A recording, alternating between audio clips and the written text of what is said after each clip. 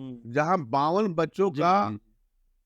Admission का हाँ, form जमा लिया, पैसा जमा लिया, सबका सिस्टम हो गया और जब एडमिट कार्ड लेने गया, तो 52 बच्चा का एडमिट कार्ड मिला ही नहीं, नहीं। अब जी, बताइए 52 बच्चा का भविष्य के साथ इतना बड़ा खिलवाड़ हुआ, जी सर। इस पर प्रशासन गंभीरतापूर्वक देखना चाहिए। नहीं है तो इस पर न्यायालय के शरण जाएँगे, प्रशासन नहीं देखेगा। जिला प्रशासन डीसी बैठा हुआ है, शिक्षा पदाधिकारी बैठा हुआ है, कैसे इतना बड़ा भूल होता है? तो हमने शहरी क्षेत्र के हर एक मोड़ चौराहा पर वाटर एटीएम के माध्यम से उनको शुद्ध जल मुहैया कराया था।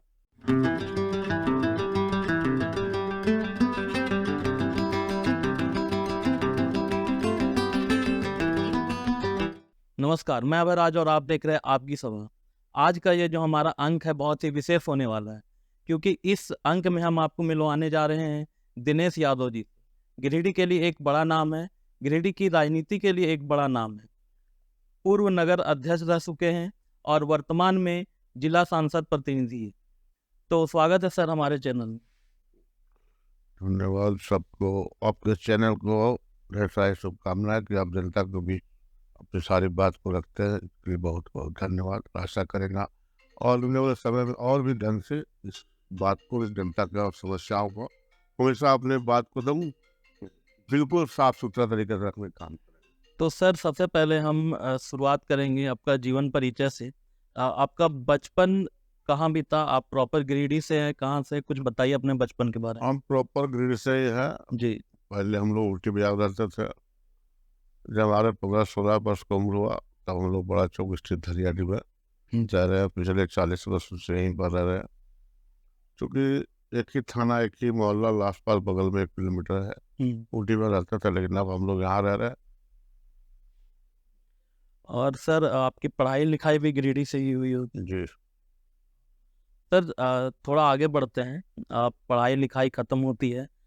फिर हमें पता चला है कि आप फिर राजनीति की तरफ अग्रसर होते हैं। उसके बारे में बताइए, वो आकर्षण कैसे आता है राजनीति को लेकर? देखिए, राजनीतिक में आने का मूल का कारण है कि हमारे पिताजी राजनीति से जुड़े हुए थे। जी, कांग्रेस में थे, सक्रिय पद पर थे, राजनीति करते थे, वार्ड पार्षद रहे, चेयरमैन, वाइस चेयरमैन रहे और जनता का हमेशा हमारे यहाँ आना-जाना लगा रहता था। चूँकि हमारे शुरू से ही एक हमारे घर का सिस्टम बना हुआ कि जनता का जो भी समस्या लेकर आए, उसको पूरा प्रयास करना है कि उसको जहाँ तक हो उसको समाधान कर, उसको समस्या का निदान करवाना। चाहे थाने की बात हो, डीसी का ऑफिस की बात हो या किसी भी कार्यालय या स्वास्थ्य से संबंधित हो, जो भी समस्या है उसका निदान करने का हमारे यहाँ से शुरू से चलता है। उसी के तहत आज हम लोग पिताजी के मार्गदर्शन पर चलते हुए हुँ, मैं वार्ड पार्षद के रूप में कार्य किया, हमारी पत्नी वार्ड पार्षद के रूप में काम किया, हमारे भाई वार्ड पार्षद के रूप में का, मैं नगर परिषद के चेयरमैन के रूप में काम किया और हमने काम के जो हमें अवसर जनता ने जो दिया, जी, उसका हमने 100% उपयोग कर जनता का जो भी आशा और विश्वास था, उस पर खरा उतरने का काम किया। जी, जैसे शहरी क्षेत्र में सबसे बड़ी समस्या था कि गरीबों के पास रहने को आवास नहीं था। हमने अपने कार्यकाल में लगभग 6,000 आवास बनाकर शहरी क्षेत्र से खपड़ा मकान का बिल्कुल निकाल दिए। जिन क्षेत्रों में हम जी, जाया करते थे, खाली झोपड़ी दिखता था, उन लोग गरीब परिवारों को हमने आवास मुहैया कराया ताकि उन भी आम जनता के जैसे अधिकार है, उनको भी उसका लाभ मिले, उसकी पानी की व्यवस्था हो, जी, उनकी शादी, विवाह, अन्य कार्यक्रम करने के लिए विवाह भवन का हो, सामुदायिक भवन हो। हर एक गाँव जहाँ पर स्लम एरिया था, जी, जहाँ गरीब परिवार के रहते थे, एसटी, एससी के परिवार के लोग रहते, तो वहाँ वहाँ जाकर हमने एक-एक समस्या का निदान किया। नाली का हो, रोड का हो, सामुदायिक भवन हो, जी, शौचालय का हो, कम्युनिटी हॉल का हो, हमने सारी एक समस्या निदान किया। जो वृद्धा अवस्था में थे, जी, उनको पेंशन दिलवाने का काम किया, ताकि उसका लगे जो उनका आम जनता का जिस प्रकार अधिकार है, उनका सारा अधिकार उनको मिल जाए। समाज के अंतिम व्यक्ति तक हमने रोशनी पहुँचाने का प्रयास किया। जी। सर आपका कार्यकाल में एक काम हुआ था वाटर एटीएम। जी। अ, कुछ समय के बाद या बोले आपका कार्यकाल खत्म होता है और उसे बंद कर दिया जाता है। एक बहुत अच्छा वो चीज़ था क्योंकि लोगों को एक अच्छा समझिए तो जल का जो समस्या पीने का या तो बहुत ऐसे लोग होते हैं जिनके पास उतने पैसे नहीं होते कि मिनरल वाटर लेके पी सके गर्मियों के दिनों में दूर दराज से आते हैं, गिरिडीह हमारा शहरी क्षेत्र है, तो आखिर क्या कारण था कि वो बंद हो गया? कुछ इसके बारे में बता सकते हैं? ये कहना चाहेंगे कि देखिए, हम जब चेयरमैन के रूप में काम कर रहे थे, तो चूंकि हम आम जनता के ज़मीन से जुड़े हुए परिवार तक पहुँचते हैं और हमारे परिवार भी लोगों की सेवा करते थे। हम देखते थे हमारे जिला स्तर के लोग जी। कोर्ट, कचहरी, रजिस्ट्री ऑफिस या अन्य कार्य क्षेत्र में जो भी काम करने आते थे, आम आदमी पास जिसके पास पैसा हो तो मिनरल वाटर लेकर पी लिया, बिल्कुल। अपनी व्यवस्था कर लिया। लेकिन आम गरीब जिसके पास आने-जाने का किराया ही बहुत मुश्किल से जुड़ाकर आप शहर आते थे, वैसे लोगों के लिए हम क्या कर पाएँ? तो हमने शहरी क्षेत्र के हर एक मोड़ चौराहा पर वाटर एटीएम के माध्यम से उनको शुद्ध जल मुहैया कराया था। लेकिन मेरे कार्यकाल खत्म होने के बाद जी। नगर निगम के द्वारा उसका मेंटेनेंस नहीं किया गया, जिसके कारण आज सभी जर्जर अवस्था में और सब बंद पड़ गया है। और हम नगर निगम से कई बार इस पर वार्ता किए कि भाई इतने जन उपयोगी योजना है, जी, बिल्कुल। इसको चलना चाहिए। आम जनता इससे त्राही माम हो रहा है कि इसको पानी की व्यवस्था, हर एक आदमी 10 रुपये 15 रुपये बोतल पानी खरीद कर पीना संभव नहीं है। लेकिन हमारे अधिकारी और वहाँ पर जो भी बोर्ड के मेंबरान थे, उस पर ध्यान नहीं, जिसका फलाफल आज सब बंद है। जी, सर एक सवाल और है आपके कार्यकाल से जुड़ा हुआ। आपने शौचालय का निर्माण कराया था। जी। अच्छी बात होती है, सारा निर्माण हो जाता है, जगह-जगह पर सुविधा हो जाती है, लेकिन सबसे बड़ी बात जो सरकारी योजना या इस तरह की जो चीज़ है, वो विफल होती है मेंटेनेंस के कारण। अ, ये फेल होने का क्या कारण है? क्योंकि अभी भी जितने भी शौचालय हैं रोड साइड जितने भी बने हुए हैं, अभी भी पानी, सफाई ये सब समस्या है। तो ये सब कैसे दूर किया जा सकता है? देखिए, काम करने की एक सोच होना चाहिए। जैसे कि अभी हमने बताया, आपके वाटर एटीएम बहुत ज़रूरी आइटम था, जो दूर दराज से आते थे, गरीब जिला, हमारा जिला 100 किलोमीटर लगभग एरिया में बसा हुआ है, वहाँ से कोर्ट का जो उसको व्यवस्था, उसी तहत हमने शहरी क्षेत्र के सभी चौक चौराहे पर जहाँ जहाँ आवश्यकता थी, हमने शौचालय बनवाया और बढ़िया शौचालय बनवाया, जी। जिसमें एक साथ नहाने का, लेटरिन बाथरूम जो भी यूज करना चाहे करें, हुँ, उसकी सारी व्यवस्था हमने करवाया था।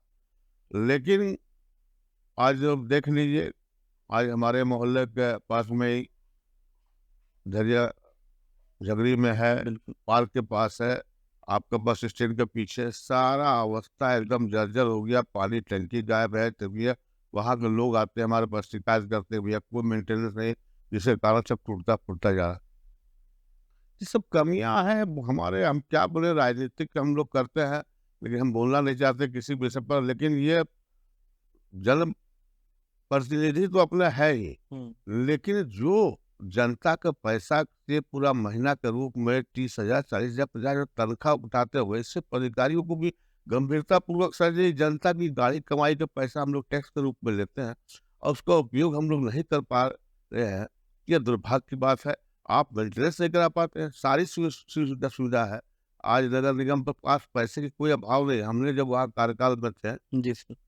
जब मैं गया था वहाँ पर, उसमें मात्र 4 लाख साढ़े 4 लाख रुपए महीना आमदनी था। उसके हम बढ़ाकर महीने की आमदनी हम 60-70 लाख रुपए प्रति माह करवा दिए। चूँकि इस शहर के लोगों ने ही पैसा दिया। जी, हमने कोई अपने घर से पैसा दिया या कोई अर्थव्यवस्था में बहुत परिवर्तन नहीं किया। हमने लोगों से आग्रह किया कि जो शहरी क्षेत्र में रहने वाले थे, जो होल्डिंग टैक्स नहीं देते थे, जो वा पानी का शुल्क नहीं देते थे, उनसे हमने आग्रह विनती किया कि नहीं यार, शहर आपका है, इसकी सुविधा आपको तभी हम मुहैया करा पाएँगे, जब इसका कुछ न कुछ आपको अंश नगर निगम को देना चाहिए, जिससे नगर निगम चल सके। वो हमने कहा, शहर के लोगों ने इससे गंभीरतापूर्वक लिया। उसका फलाफल हुआ कि 4.5 लाख से डायरेक्ट 70 लाख से 65 लाख 70 लाख के बीच में रेवेन्यू हर महीना आने लगा। सारा एकदम बढ़िया ढंग से चलने लगा और हम लोग पूरा मेंटेनेंस करने लगे। लेकिन वही व्यवस्था, वही सब सारा सिस्टम है। जी, आज हमारे बीच जो पदाधिकारी आए, उन्होंने इसको एकदम, जो पैसा शहर का मेंटेनेंस में लगना चाहिए, शौचालय मेंटेनेंस में लगना चाहिए, या हमारे कर्मचारी पर उसको लगाम नहीं लगा पाए, जिसका कारण आज सरकार के क्या बोले, ये पैसा आम जनता का था, जिसका पूरा पूर्ण रूप से बोलिए क्या दुरुपयोग में बदल गया। जी। सर अब वर्तमान में आप बीजेपी में हैं। इससे पहले आप और कौन-सी पार्टी में रह चुके हैं? देखिए, हम लोग तो बाय हमारे फादर कांग्रेस में थे, जी, उसके बाद फिर हमको लगा कि कांग्रेस में जो हमारी सोच था उसका विचारधारा नहीं मिल पाया, हम दूसरे दल में भी गए थे, जी। उनसे भी हमारा मन नहीं लगा। वो फिर हम जो हमारा विचारधारा था कि जनता की समस्या को हम कैसे प्लेटफॉर्म पर ला सके, तो उन सब बातों को हमें समझ में आया था। हमने भारतीय जनता पार्टी का दामन थामा। आज हम लगातार जनता के बीच संघर्ष कर रहे हैं, उनकी परेशानियों को हम जहाँ तक 100% तो नहीं, लेकिन पूरा प्रयास रहता है कि हम उसको जो हमारे पास आए उसका समस्या निदान हो। आज आप देखते हैं शहरी क्षेत्र या ग्रामीण क्षेत्र के पूरे जिला के लोग मेरे पास आते हैं। जी। किसी प्रकार कोई भी जाति, किसी भी धर्म, किसी भी संप्रदाय को हो, हमें उससे मतलब नहीं। मेरे पास आने पर हम नाम भी नहीं पूछते हैं कि क्या, हम पूछते काम क्या, क्यों आए हो। जो हमारे पास जन्मी समस्या लेकर आता है, हम अपने डीसी साहब हो, एसपी साहब हो या अन्य किसी भी विभाग हो, ब्लॉक हो, थाना हो, हम सब लोगों से संपर्क कर उनका समस्या का निदान करते हैं, जिसके कारण उन लोगों का प्यार आशा हमको मिलता है और उनका आशीर्वाद से आज हम पद पर नहीं भी हैं, फिर भी हमें कोई महसूस नहीं होता। हमको लगता है कि जनता जिस प्रकार हमको आगे भी काम करते आ रहे थे, आज भी उसी प्रकार काम करें। जनता की सेवा करना है, कोई ज़रूरी नहीं कि कुर्सी पर बैठ के ही चेहरा होता, हम उसके बीच जाकर सेवा भी कर सकते हैं। जी। सर, एक क्वेश्चन आपसे है। आप लगातार जनता से मिलते हैं। क्या आपको लगता है जो प्रशासन है और जो आम जनता है, उसके बीच समन्वय बहुत अच्छा है? समन्वय नहीं होने के कारण है, देखिए फिर आप वही आ गए हम लोग। जो जनप्रतिनिधि जनता से चुन कर गया है, जो आशा विश्वास के साथ अपना मत एक वोट देकर आपका अधिकार दिया, जी। वोट मत का मतलब हुआ कि अपने बिहाफ में हम मेरा बात को विधानसभा में फलना व्यक्ति द्वारा उठाया जाएगा, इसलिए उसको हम विधायक के रूप में चुन के भेजते हैं। बिल्कुल। जो नगर निगम में है उनको मत देकर भेजते हैं कि आप हमारी समस्या का निदान नगर निगम के माध्यम से करिए, या जिला परिषद का अध्यक्ष के रूप में, या मुखिया हो, पंचायत समिति हो, अन्य पद। तो हम उस समस्या को निदान कैसे करा पाएंगे, हम पर डिपेंड है। तो अपना अधिकार ऑथोरिटी हमको दे दिया कि भाई आप हमारे बिहाफ में अभी हमारा समस्या निदान करो, और उसका हम नहीं कर पाते हैं तो दुर्भाग्य की बात है।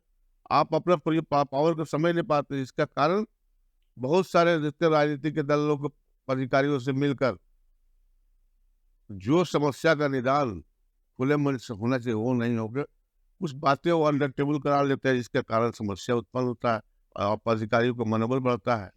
जी। हम साफ सुथरा कहे कि हम निष्पक्ष होकर, अगर जो जेनविन 100% काम है, अधिकारी काम क्यों नहीं करेंगे, आपका काम करेंगे, लेकिन उसके आपकी मानसिकता ये जिस दिन जान जाएगा कि ये आपके पास जो पैरवी कर रहा है, इसके मन में भी कुछ लालच है और वो जनता का समस्या निदान करने में कुछ अपनी भागीदारी अलग ढंग से बनाते हैं, तो अब अधिकारी काम नहीं कर पाता है। फिर उसको लगता है कि हम देशद्रोही करवा लें, लेकिन आज हमें कई बार आज 5 पद पर थे पहले, हम आज नहीं है। कोई भी जिला का पदाधिकारी हो, सबको धन्यवाद देते हैं कि हमने जो भी बात के लिए आग्रह किया, जेन्युइन काम के लिए, सब लोगों ने उसका निष्पादन किया। जी। सर, एक गिरिडीह के आम नागरिक के तरह आप देखें तो गिरिडीह में अभी वर्तमान में आपको क्या-क्या समस्याएं नजर आती हैं? समस्या देखिए बहुत तो अनेक है। जी। नगर निगम हम सर स्वास्थ्य से हम पूछते हैं, स्वास्थ्य में क्या समस्या नजर आती है? स्वास्थ्य में देखिए, जितना बड़ा हमारा जिला है, जितना बड़ा हमारा शहर है, जी। ना डॉक्टर उतना उपलब्ध है, ना नर्स उपलब्ध है, ना उतनी व्यवस्था हमारे नगर हॉस्पिटल में है। जब उसकी व्यवस्था आप व्यवस्था वो पूरा दीजिएगा तो उसका लाभ कैसे लीजिएगा। हमारे यहाँ डॉक्टर का जरूरत है, अभी ना हड्डी के डॉक्टर है, आप किसी बड़े बीमारी को लेकर चले जाइए हॉस्पिटल, बोलेगा हमारे पास डॉक्टर नहीं, हाँ, यहाँ से रेफर कर दिया जाता डायरेक्ट रेफर किया। रेफर क्यों करें, हमारा कहना है अगर पूर्ण रूप से डॉक्टर यहाँ मिल जाए तो जो इलाज यहाँ होता है वही इलाज आपका धनबाद में, वही रांची में होना है। व्यवस्था नहीं है, उसके पास वो मशीन नहीं है या जो उनकी आवश्यकता है सामग्री नहीं है, जिसके कारण उनको रेफर करना पड़ता है, है। या उसके मन में भय है कि हम इलाज करेंगे क्या। वही डॉक्टर बाहर इलाज करता है तो बहुत बढ़िया है। वही सरकार में आम जनता को भी थोड़ा विश्वास अपने आप में लेना पड़ेगा कि जो डॉक्टर इलाज कर रहा है वो दवा जो ये लिख रहा है वही बाहर के डॉक्टर लिख रहा है। बाहर के डॉक्टर का लोग एक्सेप्ट कर लेते हैं, सरकारी डॉक्टर को लोग एक्सेप्ट नहीं कर पाते, जिसका कारण दोनों का समावेश जब तक ढंग से नहीं होगा तब तक स्वास्थ्य संबंधी समस्या का निदान नहीं होगा। आज देख रहे हैं हॉस्पिटल में जितना पेशेंट जाता है उसका पीछे पीछे 4 दलाल लगा हुआ रहता है प्राइवेट हॉस्पिटल वाला का। उसको यहाँ ठीक नहीं होगा, ठीक नहीं होगा, अगर जहाँ रहोगे तो मर जाओगे, फलना नहीं होगा। उसको इतना भयभीत कर देता है, वही प्राइवेट हॉस्पिटल ले जाता है, 10-50 हज़ार रुपया लेता है डॉक्टर वहाँ, और इलाज हो जाता है। लेकिन ये शुल्क पर उसको विश्वास नहीं है। तो जनता को भी थोड़ा विश्वास करना पड़ेगा, और डॉक्टर को भी गंभीरतापूर्वक काम करना चाहिए। एक तरफ आप सरकारी हॉस्पिटल में अगर ढंग से काम करते हैं, तो जनता क्यों प्राइवेट में जाता? जी, सही बात। और सर एक आरोप दोनों सरकार पर लगता है, अभी राज्य सरकार में और एक केंद्र सरकार में, रोजगार को लेकर, जी। युवाओं को रोजगार को लेकर बड़ा मुद्दा है। बहुत लोग इस पर बात नहीं करते हैं। पलायन भी खूब होता है झारखंड से, हमारे गिरिडीह से भी खूब होता है। तो क्या उपाय लगाया जाए, या क्या कुछ आप संक्षेप में बता सकते हैं कि कम से कम खत्म तो नहीं कर सकते पलायन, थोड़ा नियंत्रण कैसे हो? देखिए, ये तो रोजगार का जो समस्या है, हम देखते हैं कि आम आदमी एक सोच बना लिया कि हमको सरकारी नौकरी मिल जाए। हाँ जी, बिल्कुल इस मिथ हाँ, को दूर करिए। तो सरकारी नौकरी मिल जाए तो हमारा लाइफ सेटल हो गया। हाँ हम ये कहते हैं सरकारी नौकरी मीन्स क्या हुआ? 50-60 हज़ार रुपया आपको मिल रहा है। जी। कल आप रिटायर कर जाइएगा, आपको पेंशन मिलेगा। हम्म। जब पेंशन से आप पूरा परिवार नहीं चला सकते हैं, तो ये मानसिकता को दूर करना होगा कि हमको नौकरी करना अनिवार्य है। अपने बिजनेस, व्यापार या अन्य स्रोत इतनी किस्म के स्कोप है, उस पर भी ध्यान देना चाहिए। हम पढ़ लिख करके ये जरूरी नहीं है कि हम फिक्स हो गए कि 60,000 रुपये जाना है, 10 बजे जाना है, शाम को 5 बजे तक आना है, ये सैलरी मिला, उसी में अपना जीवन का हम अपना सिस्टम बना लेते हैं, इसी को टारगेट करके हम लोग चलना है। लेकिन उसका बाहर भी हम लोग चल सकते हैं, अन्य लोग भी बिना नौकरी किए जी। खुशी खुशी से रह सकते हैं। उस व्यवस्था पर ध्यान देना चाहिए। आज तो सरकार कितनी प्रकार की व्यवस्था दे रही है। आप देख रहे हैं 1 लाख से 1 करोड़ रुपया तक एमएसएमई के माध्यम से उनको ऋण दिया जा रहा है कि आप अपने रोजगार को उपलब्ध करिए। आप नौकरी ढूंढ क्यों लो, आप ऐसा काम करने के निकलिए जिससे 10 को आप रोजगार जोड़ दे सके। जी। वैसी सोच बनाना होगा। जी। सर आप आगे बीजेपी में रहते हुए क्या राजनीतिक महत्वाकांक्षा रखते हैं? देखिए, भारतीय जनता पार्टी में हम लोग हैं। जी। हाँ, जो संगठन का जो निर्णय होगा वो सरपरी है। जो जिस जगह पर रख के हमसे काम, जो काम है करना है, जनता सेवा करना है, पार्टी के जो निर्देश आता है वो काम करना है। अब रहा पद की बात, तो उसके लिए संगठन सोचता है कि कौन व्यक्ति क्या करना चाहिए, किसको कौन सा चुनाव लड़ाना चाहिए, कहाँ बैठाना चाहिए, या संगठन काम में जुड़े रहते हैं। ये पार्टी का निर्णय है। जी। अ, अंत में चलते चलते क्या संदेश आप गिरिडीह की जनता को देना चाहते हैं, आम जनमानस अभी जिस प्रकार पूरे जिला में को? जी। जो सिस्टम डेवलप हो रखा है, ये आम जनता के एक व्यक्ति जान रहे हैं कि कितनी बड़ी समस्या से सूझराज किसी भी काम करने जाइए तो बिना सुविधा शुल्क के दिए काम नहीं हो पाता। ये अवसर आया क्यों? जी। आप मालिक है, हम्म। आपके पैसा से सारे जिला के पदाधिकारियों को तनख्वाह मिलता है, उसके परिवार चलता है, आपके पैसे से उसका मिलता तनख्वाह, उसके बाल बच्चा दम बड़े-बड़े कॉलेज, बड़ा-बड़ा इंस्टीट्यूट में पढ़ रहे हैं। लेकिन आपका हाल इतना बुरा क्यों? आप परेशान हैं, थाना, कोर्ट, कचहरी दौड़ रहे हैं, लेकिन कोई सुनने वाला नहीं। कारण क्या?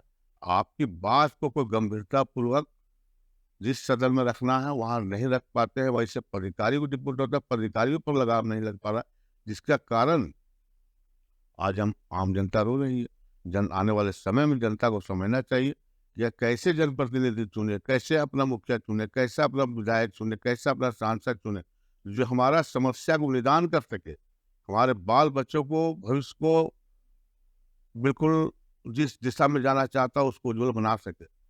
जी। एक क्वेश्चन लेना ज़रूरी है सर। सबसे ज़्यादा छात्रों को दिक्कत होती है, छात्र-छात्राओं को। एडमिशन का समय आ रहा है, जाति, आय, आवासीय।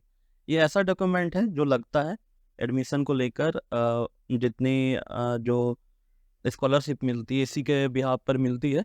अ, ऐसा क्या उस कागजी प्रक्रिया में इतना कठिन है कि यहाँ से चलते-चलते ब्लॉक पहुँचते हुए वो कागज़ इतना टफ हो जाता है कि बच्चे परेशान हो जाते हैं। आए दिन हम न्यूज़ में छपते देखते हैं, पेपर में। ये सब देखिए बहुत बड़ा समस्या नहीं है। आप वो तो ये बातें पूर्व की कहा कहते थे तो मानते थे, इसलिए कि उसमें उसमें कोई सिस्टम नहीं था। जी, आज हर बच्चे के हाथ में एंड्रॉइड मोबाइल है, सबके पास सिस्टम, ऑनलाइन सिस्टम है। बिल्कुल ब्लॉक का सीईओ काम नहीं करता है, आपका डीसी काम नहीं करता है, तो चीफ सेक्रेटरी है, आपका मुख्यमंत्री है, मंत्री, आप ट्वीट कीजिए ना, जी, काम कैसे नहीं करेगा? जनता को इसी कार्य के लिए उसको बैठाया गया पदाधिकारी कि आप ये काम निपटना है। और हम तो समझते हैं कि जो भी पदाधिकारी है, अगर काम नहीं करता है तो हम लोग से भी संपर्क करें, हम लोग उससे सहयोग करें, कैसे नहीं काम करेगा वो? काम नहीं करेगा, पदाधिकारी थोड़ी रहने देंगे हम लोग। हमारा सहयोग करने के लिए पदाधिकारी बैठा, पदाधिकारी को यहाँ पर वो हमारा मालिक थोड़ी है कि हमारा निर्देश देने के लिए बैठा है। वो हमारा काम को समाधान करने के लिए आम जनता द्वारा जो जनप्रतिनिधि चुने जाते हैं, जैसे मुख्यमंत्री है, जी, उनके द्वारा यहाँ पदाधिकारी भेजा जाता है कि फलना पदाधिकारी सीईओ के रूप में काम करेगा, बीडीओ के रूप में डेवलपमेंट काम देखेगा, को जमीन के संबंधित देखेगा, बिल्कुल। या अन्य किसी प्रकार की जनता की जो समस्या है उसको निदान करने का काम करेंगे। और वैसे पदाधिकारी नहीं कि निदान करते तो उसकी हर समस्या का समाधान है। आज तो जागरूकता, इतनी न्यूज़ चैनल है, सबके माध्यम से अपनी बात को रखेंगे। अभी देखिए वहाँ एक मामला आया, जी, बुढ़ियाडीह के पास एक स्कूल है, हुँ। जहाँ 52 बच्चों जी, का जी। एडमिशन हाँ, का फॉर्म जमा लिया, पैसा जमा लिया, सबका सिस्टम हो गया, और जब एडमिट कार्ड लेने गया तो 52 बच्चा का एडमिट कार्ड मिला ही नहीं, नहीं। अब जी, बताइए, 52 बच्चा का भविष्य के साथ इतना बड़ा खिलवाड़ हुआ, जी सर। इस पर प्रशासन गंभीरतापूर्वक देखना चाहिए। नहीं है तो इस पर न्यायालय के शरण जाएँगे, प्रशासन नहीं देखेगा। जिला प्रशासन डीसी बैठा हुआ है, शिक्षा पदाधिकारी बैठा हुआ है, कैसे इतना बड़ा भूल होता है? जी, और जब वो भूल होता है तो उसके वैकल्पिक रास्ता निकालना है। बच्चों के भविष्य को हम लोग खराब थोड़ी होने देंगे। जी वो बच्चे काफ़ी परेशान थे सभी मीडिया वालों को हमने हमारे किया। पास आया, जी, उस स्कूल का टीचर भी आया था, जी सर। और पब्लिक से भी हमको मैसेज आया। हमने तुरंत उससे गंभीरतापूर्वक भारत सरकार के केंद्रीय और राज्य शिक्षा मंत्री को भी हमने बात किया, उनको लेटर लिखा, और उनको हम बताया कि इस पर कोई विकल्प नहीं है। हम सेक्रेटरी को फ़ोन लगाए, जी, उनसे बात किए कि देखिए भाई, इसमें क्या हो सकता है? बच्चे का भविष्य बचाओ, 1 साल बच्चा कहाँ जी, जाएगा? बिल्कुल। उस पर वो हम प्रशासन भी गंभीरतापूर्वक लिया है, और बोला जल्द इसका हम रास्ता निकालेंगे। हम कहते हैं जागरूकता मस्ट ज़रूरी है। जब ये सारे सिस्टम ओपन हो चुका है, इतनी माध्यम, पहले हम लोग देखा करते थे कोई बात चिट्ठी-पत्री कर रहे हैं, 2 महीना में जवाब जाएगा, आएगा।